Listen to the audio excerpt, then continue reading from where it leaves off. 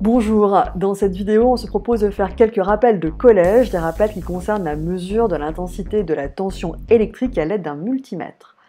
Alors, dans multimètre, il y a le mot mètre qui vient du grec métron qui veut dire mesure, instrument pour mesurer, et multi qui laisse comprendre que cet instrument permet plusieurs mesures, plus précisément des mesures de plusieurs grandeurs électriques, des grandeurs donc différentes. Alors, qu'est-ce qu'on a comme grandeur électrique? On a la tension électrique, la résistance électrique, nous verrons prochainement la capacité d'un condensateur et l'inductance d'une bobine. On a aussi la puissance électrique, l'énergie électrique, l'intensité électrique. Alors, les multimètres au lycée ne permettent pas la mesure directe de toutes ces grandeurs, mais en général, ils permettent la mesure d'au moins deux de ces grandeurs, à savoir l'intensité et la tension, qui sont les grandeurs qui nous intéressent ici. À quoi ressemble un multimètre? Sur un multimètre, on voit ici un écran d'affichage sur lequel apparaît la valeur de la grandeur mesurée, puis deux parties dans l'appareil. Une partie avec un curseur qui est mobile et qui peut indiquer donc différents calibres, donc c'est les valeurs chiffrées ici qu'on voit sur la face de l'appareil. Et sur la partie inférieure de l'appareil, vous avez des bornes de branchement. Parmi ces bornes, il y en a une qui m'intéresse ici, c'est la borne dite COM, c'est la borne commune. Cela veut dire, quelle que soit la grandeur électrique que l'on veut mesurer, que ce soit une grandeur type intensité ou une grandeur type tension, cette borne commune sera systématiquement sollicitée. Bien entendu, on va solliciter aussi une autre borne en plus de celle-ci en fonction de la grandeur que l'on souhaite mesurer. Alors intéressons-nous à l'intensité électrique. Le symbole de l'intensité électrique est la lettre I majuscule, l'unité c'est l'ampère, symbole A majuscule. Pour mesurer une intensité électrique, il faut que le multimètre soit utilisé en fonction ampère-mètre, le symbole de l'ampère-mètre étant un A majuscule et le branchement de l'appareil s'effectue en série. Alors un moyen mnémotechnique pour s'en souvenir, même si c'est pas super comme moyen, je suis certaine que vous allez l'utiliser pour vous en souvenir. Vous souhaitez mesurer une intensité I, vous branchez l'appareil, l'ampère-mètre en série. Donc c'est une rime très facile à retenir. Très important parce que si vous n'effectuez pas le branchement convenablement, vous allez endommager l'appareil. Alors, intéressons-nous donc cette fois aux bornes et au curseur. Donc la borne COM sera forcément sollicitée, ainsi qu'une autre borne pour mesurer une intensité électrique. Si on ne connaît pas l'ordre de grandeur de l'intensité électrique qu'on veut mesurer, alors on sollicite la borne 10 A et le curseur est mis sur le calibre 10 A. Une fois qu'on a une première mesure de l'intensité qui nous intéresse, on regarde la valeur. Si celle-ci, après avoir fait une conversion éventuellement, est plus petite que 200 mA, alors pour gagner en précision, on peut changer le calibre à l'aide du curseur et basculer sur le calibre 200 mA.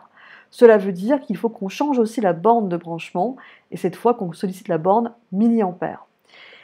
Si l'intensité électrique est plus petite que 20 mA, on peut même mettre le curseur sur 20 pour gagner encore en précision. Je vous rappelle que la valeur indiquée sur le calibre est la valeur maximale que peut mesurer l'appareil.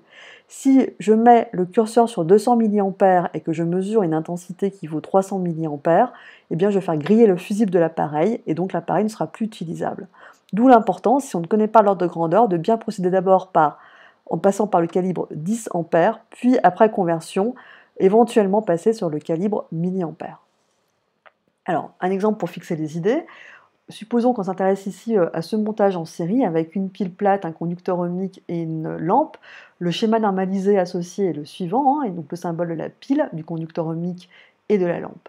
Si on veut mesurer par exemple le courant qui parcourt la lampe, l'intensité du courant qui parcourt la lampe, on comprend qu'on va prendre donc le multimètre, qu'on va devoir insérer dans le montage puisqu'il se branche en série.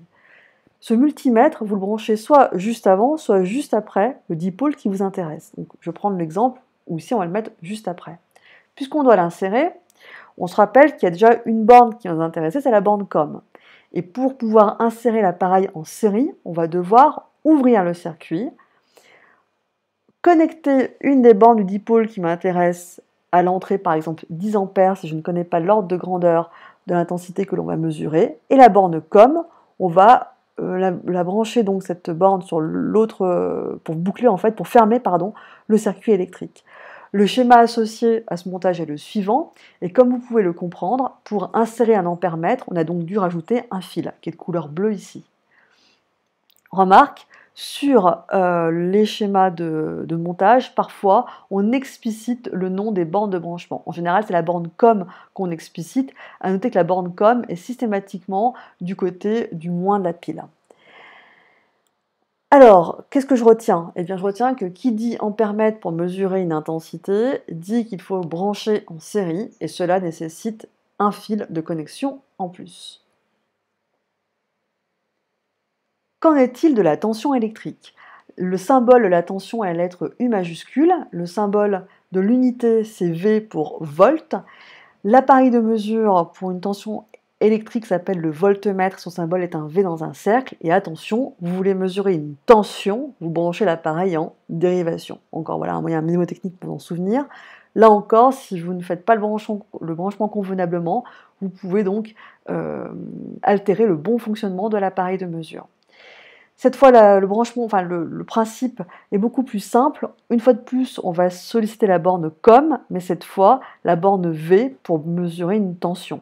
Là, il n'y a pas de problème de millivolts. En général, les tensions sont plus petites que 20 volts, donc le curseur, par défaut, on le place souvent sur le calibre 20 volts. Et si vous avez une tension plus petite que 2 volts, eh bien pour gagner en précision, vous pouvez basculer le curseur sur 2 volts. Alors de nouveau, intéressons-nous au même montage, mais cette fois on souhaite mesurer la tension aux bornes de la lampe.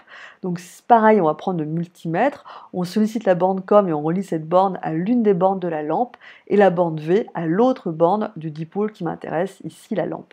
En termes de schéma de montage, eh bien voici le schéma normalisé, et cette fois, qu'est-ce que l'on remarque? On a dû ajouter non pas un, mais 2 fils aux bornes du dipôle qui nous intéressent. Là encore, parfois on explicite sur le schéma le nom des bornes de l'appareil du multimètre que l'on a utilisé.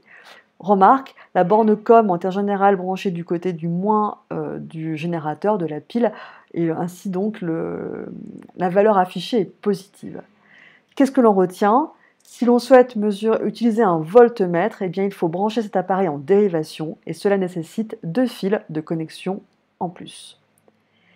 Voilà, j'espère que cela vous a rappelé des bons souvenirs de l'époque du collège. Il ne reste plus qu'à mettre tout cela en application. Et je vous dis à bientôt.